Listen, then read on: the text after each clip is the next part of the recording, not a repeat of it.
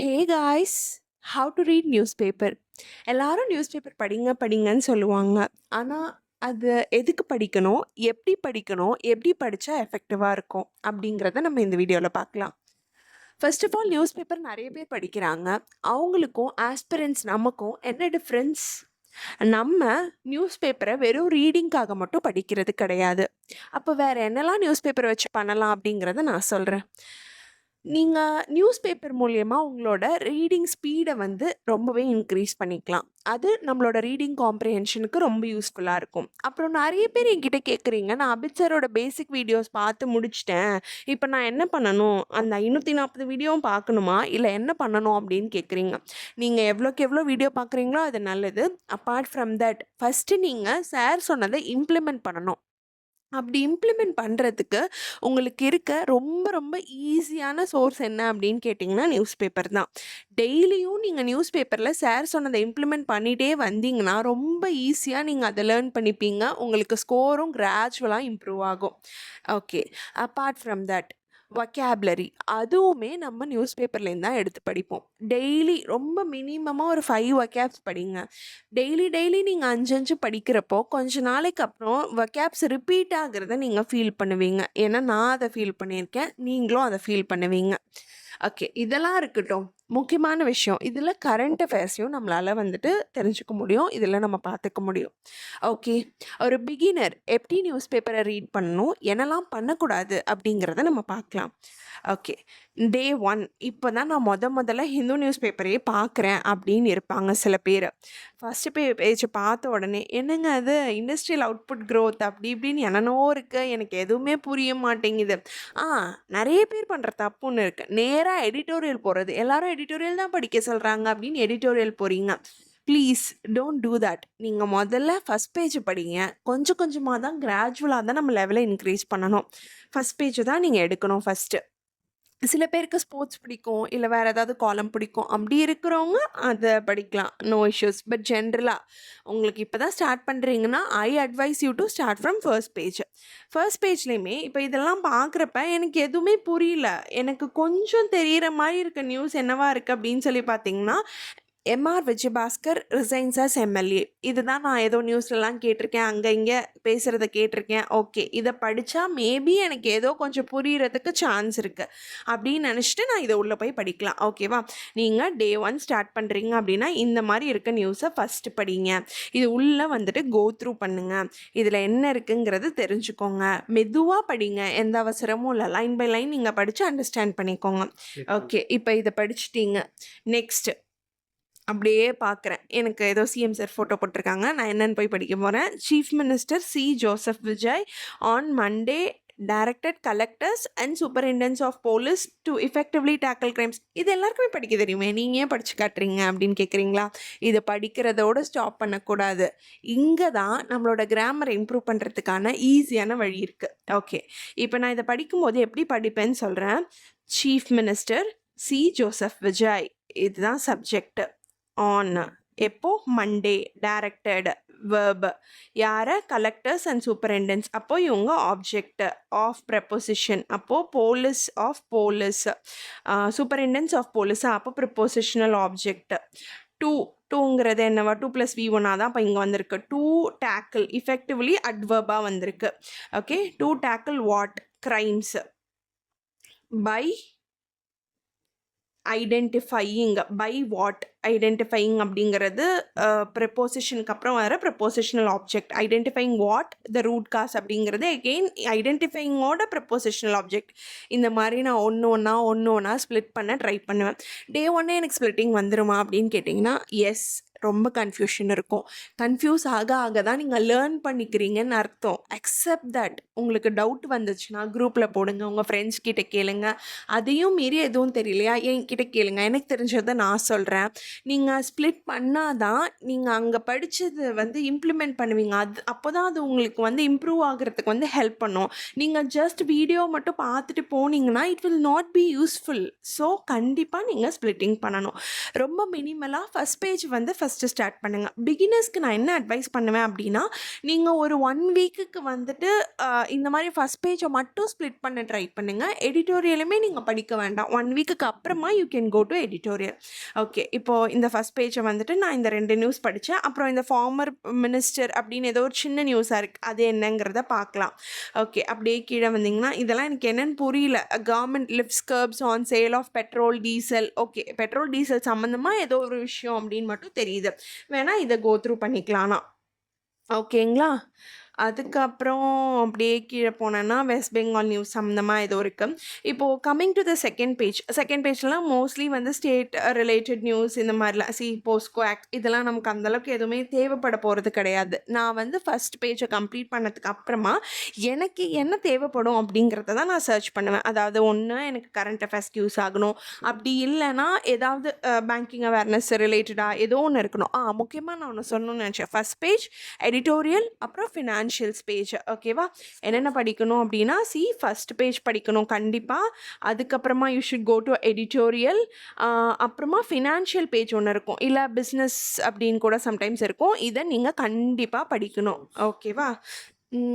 Next sports வந்து இன்ட்ரெஸ்டடாக இருக்கிறவங்க sports படிச்சுக்கோங்க, புரியும் அப்படிங்கிறவங்களும் ஸ்போர்ட்ஸ் படிச்சுக்கலாம்.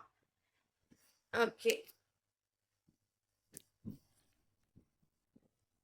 இப்போ பாருங்களேன், அப்படியே கீழே வர வர நான் நெக்ஸ்ட் பேஜ் பார்க்குறேன். இதில் வந்து எனக்கு ஏதோ கொஞ்சம் தேவைப்படுற மாதிரி நியூஸ் இருக்க மாதிரி இல்லை. இதெல்லாம் நமக்கு கரண்ட் அஃபேர்ஸில் வரும் இல்லையா. Mylswamy Annadurai made chairman of reconstituted curriculum design panel அப்படின்னா நான் இது என்னங்கிறது கோ த்ரூ பண்ணுவேன். ஏன்னா மேபி எனக்கு இது கரண்ட் அஃபேர்ஸில் வரலாம், அப்போது எனக்கு இது கொஞ்சம் யூஸ்ஃபுல்லாக இருக்கும். இதுக்காக நான் இதை கோ த்ரூ பண்ணுவேன். ஓகேவா. நெக்ஸ்ட்டு அடுத்த பேஜ் இது வெறும் அட்வர்டைஸ்மெண்ட் தான் இருக்கு இல்லையா. ஓகே, அதுக்கப்புறம் ஃபஸ்ட் பேஜோட டீட்டெயில்டு வெர்ஷனை வந்துட்டு இது இங்கே கொடுத்துருக்காங்க. இது வேணும் எனக்கு இன்னும் படிக்கணும் அப்படின்னா நீங்கள் இதை கோ த்ரூ பண்ணிக்கலாம். ஓகே, இப்போது நம்ம வந்து எடிட்டோரியல் பேஜுக்கு வந்துட்டு போயிடலாம். நடுவில் யூ ஹேவ் டு சர்ச். நமக்கு ஏதாவது சூட்டபிளாக வந்துட்டு வருமா, தெரியுமா, கரண்ட் அஃபேர்ஸில் வந்துட்டு வர மாதிரி ஏதாவது இருக்கா அப்படிங்கிறத யூ ஷுட் சர்ச். ஓகேவா. இப்போ வந்து இதில் 2 எடிட்டோரியல் இருக்கும். ஓகே, தெரியாதவங்களுக்காக சொல்கிறேன். எப்போவுமே 2 எடிட்டோரியல் இருக்கும். 2 எடிட்டோரியலையுமே வந்துட்டு நான் உங்களை என்ன அட்வைஸ் பண்ணுவேன் அப்படின்னா, not just reading, you should split and you should write summary. இதை கண்டிப்பாக நீங்கள் பண்ணியே ஆகணும் 2 எடிட்டோரியலுக்கும். Even if you take 1 hour for newspaper, it is very much okay. நீங்கள் அதை கண்டிப்பாக பண்ணலாம், அது டைம் வேஸ்ட் கிடையாது. Try to understand. ஓகே, அதுக்கப்புறம் நான் இப்போது ஃபார் எக்ஸாம்பிள் சும்மா ஒரு கிளிம்ஸ் மட்டும் சொல்கிறேன், நான் எடிட்டோரியலாக என்ன பண்ணுவேன் அப்படின்னு. நான் ஏன் ஃபஸ்ட் ஒன் எடுக்கலைன்னா அது கம்பேரிட்டிவ்லி செகண்ட் ஒன்னை விட கொஞ்சம் டிஃபிகல்ட்டாக இருக்குது. நான் உங்களுக்கு சொல்கிறதுக்கு வந்து செகண்ட் ஒன் ஈஸியாக இருக்கும், அதனால I am taking the second one. ஓகேவா. Caught in the middle. India must prioritize reduction of harm from drug abuse. இதை படிக்கிறப்ப எனக்கு ஏதோ இந்தியா வந்து ட்ரக் அப்யூஸ்லேருந்து ரெடியூஸ் பண்ணிக்கணும் அப்படிங்கிறது மட்டும் புரியுது. ஃபஸ்ட் லைன் படிக்கிறப்போ India is located between 2 major drug producing regions. அது என்ன ரீஜன்ஸ்ன்னு கொடுத்துருக்காங்க. நான் வந்து இதை படிக்கிறப்பவே என்ன பண்ணிவிடுவேன் அப்படின்னு சொல்லி பார்த்தோன்னா, India subject, is located verb, between அப்படிங்கிறது preposition, 2 major drug producing regions அப்படிங்கிறது ப்ரெப்போசிஷனல் ஆப்ஜெக்டாக இருக்கும். இதெல்லாம் அதோட அட்ஜெக்டிவாக இருக்கும். ஓகேவா. அது என்னென்ன ரீஜன் அப்படிங்கிறத வந்துட்டு கொடுத்துருக்காங்க. வைல்ங்கிறது இங்கே அட்வர்பாக வந்திருக்கும். The west subject, has historically dominated. Has டாமினேட்டடுங்கிறது வேர்பு, ஹிஸ்டாரிக்கலிங்கிறது அட்வர்பு. ஹிஸ்டாரிக்கலி டாமினேட்டட் என்னது, ஹெராயின் ப்ரொடக்ஷன் அப்படின்னு சொல்லியிருக்காங்க. ஹெராயின் ப்ரொடக்ஷன் கமா இது வந்து ஒரு தனி class. The international narcotics control board subject has set என்ன சொல்லியிருக்கு அப்படிங்கிறது. இதோட ஒரு கிளாஸ் முடிஞ்சிருச்சு. இங்கே தட்டு வந்து ஹிடன் கன்ஜெக்ஷனாக வந்திருக்கு. மியான்மர் ஹேஸ் பிகம், மியான்மர் தான் வந்துட்டு subject. has become verb, has become what, world's leading source அப்படிங்கிறது object of preposition. illicit opium, இந்த illicit opiumலாம் எனக்கு என்னன்னே தெரியாதுங்க, நானே சொல்கிறேன். இதெல்லாம் எனக்கு என்ன மீனிங்னு தெரில, பட் எனக்கு கிளிம்ஸ் தெரிஞ்சால் ஓகே தான். அந்த இதில் தான் நான் வந்து ட்ராவல் பண்ணுறேன் ஃபர்தராக. illicit opium while east and south east Asia அப்படிங்கிறது சப்ஜெக்ட். இங்கே while நான் வந்து கன்ஜங்ஷனாக எடுத்தால் தான் எனக்கு இந்த 2 கிளாஸையும் கனெக்ட் பண்ண முடியும். அதனால அதனால I am taking it as conjunction. Remain what major sources of இது என்ன ஏதோ வந்துட்டு கெமிஸ்ட்ரி நேம் மாதிரி இருக்குது, அது என்னன்னு எனக்கு தெரில, சாரி கெமிஸ்ட்ரி படிக்கிறவங்களுக்கு தெரிஞ்சிருக்கும். அஃபிஷியல்ஸ் ஹாவ் செட் என்ன சொல்கிறாங்க அப்படின்னா சப்ஜெக்ட் எகெயின் இது that hidden conjunction drugs are being received at Gujarat, Kerala and Tamil Nadu via marine roots. இந்த முட்டையாக போடுறேன்ல, எனக்கு இது ஒரு ஹேபிட். இந்த ரவுண்டாக போடுறது வந்து நான் ப்ரெப்போசிஷன், கட்டமாக போடுறது கன்ஜங்ஷன் அப்படின்னு நான் படிக்கிற டைம்லேருந்தே நான் அப்படியே படிச்சுட்டே வந்துட்டேன். ஓகேவா? இதே மாதிரியே நான் ஃபுல்லாக ஸ்ப்ளிட் பண்ணுவேன். இதுலேருந்து நான் வந்து அண்டர்ஸ்டாண்ட் பண்ணிப்பேன். இதில் எனக்கு புரியாத லாஸ் வருது, கிளாஸ் வருது அப்படின்னா அப்போல்லாம் எனக்கு எதுவும் இல்லை. இப்போ யூ ஹேவ் ChatGPT, நீங்கள் என்ன வேணால் கேட்கலாம், ரொம்ப ஈஸியாக உங்களுக்கு கிடச்சிரும். அதனால you can very well use that.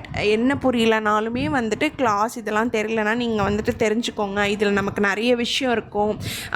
Editorial will help you in logical reasoning.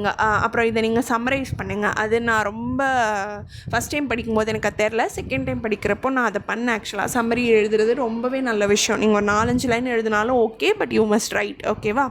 இதே மாதிரியே நான் ஃபுல்லாக ஸ்ப்ளிட் பண்ணுவேன். ஓகேவா? இதுதான் I will do with editorial. கொஞ்ச நேரம் படிப்பேன், ஸ்ப்ளிட் பண்ணுவேன், சம்மரி எழுதுவேன். இதுதான் நீங்களும் பண்ணுங்கள். ஓகே, கம்மிங் டு நெக்ஸ்ட் பேஜஸ்லலாம் என்ன இருக்கும் அப்படின்னா இந்தியா நியூஸ் வந்துட்டு இருக்கும், இன்டர்நேஷ்னல் நியூஸ் வந்துட்டு இருக்கும்.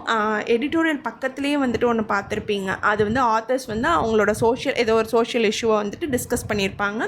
அது கொஞ்சம் டிஃபிகல்ட்டாக இருக்கும். If you have time you can go through. ஓகேவா?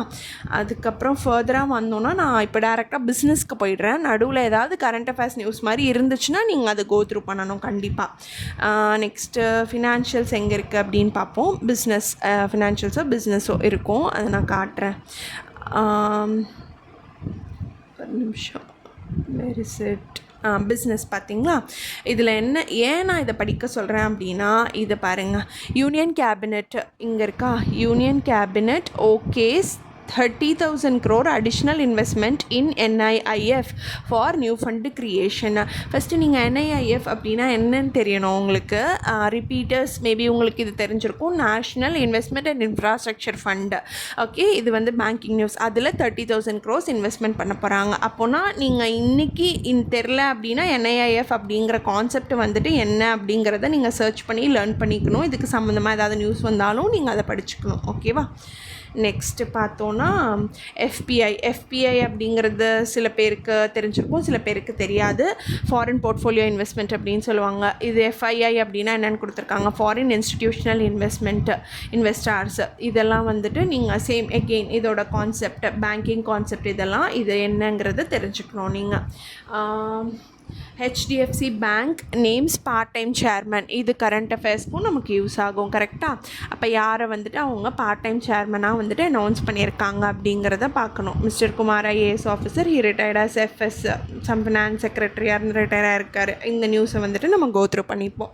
கரண்ட் அஃபேர்ஸில் வேர்ல்டு நியூஸ் இருக்குது. Okay, next is sports. If you know sports and if you are interested, you can very well go through the sports news. This is how நான் வந்து current affairs newspaper use பண்ணி என்னோட grammar, vocab and also என்னோட current affairs இந்த எல்லாத்தையுமே வந்துட்டு improve பண்ணுவேன். அப்புறம் வந்து நீங்கள் டைமர் ரொம்ப இம்பார்ட்டண்ட்டாக சொல்லணும்னு நினச்சேன். டைமர் கான்செப்ட் அப்படின்னு ஃபஸ்ட்டு ஒன்று சொல்லணும்னு நினைக்கிறேன். அதாவது என்னென்னா உங்களோட ரீடிங் ஸ்பீடு இருக்கு இல்லையா, இந்த ரீடிங் ஸ்பீடை நீங்கள் வந்துட்டு இன்க்ரீஸ் பண்ணுறதுக்கு ஒரு டைமர் செட் பண்ணிக்கோங்க. ஃபார் எக்ஸாம்பிள் ஒரு பேராகிராஃப்க்கு ஃபஸ்ட்டு டே வந்து 10 minutes அந்த மாதிரி செட் பண்ணிக்கிட்டு வேகமாக படிக்க முடியுதா, படித்து அதை வந்துட்டு அண்டர்ஸ்டாண்ட் பண்ண முடியுதா அப்படின்னு பார்த்துக்கோங்க. ரீடிங் மட்டும் கிடையாது, அண்டர்ஸ்டாண்டிங் இது ரொம்ப இம்பார்ட்டண்ட்டு. 10 minutes டைமர் வச்சுக்கோங்க, அதை 8 minutes ரெடியூஸ் பண்ணுங்கள். இது எனக்கு எங்கே யூஸ் ஆகும் அப்படின்னு சொல்லி பார்த்தீங்கன்னா மெயின்ஸ் RC இருக்குது தெரியுமா, அங்கே வந்து எனக்கு ரொம்ப ரொம்ப ஹெல்ப்ஃபுல்லாக இருக்கும். கண்டிப்பாக நீங்கள் டைமர் வச்சும் வந்துட்டு படிங்க. ஸோ நியூஸ் பேப்பர் அப்படிங்கிறது வெறும் ரீடிங்காக கிடையாது, அதில் நிறைய விஷயம் இருக்குது. அண்டர்ஸ்டாண்ட் இட், நல்லா படிங்க, நிறையா படிங்க, சீக்கிரமாக எக்ஸாமை கிராக் பண்ணணும். Keep trying, you will reach your destiny soon. Thank you.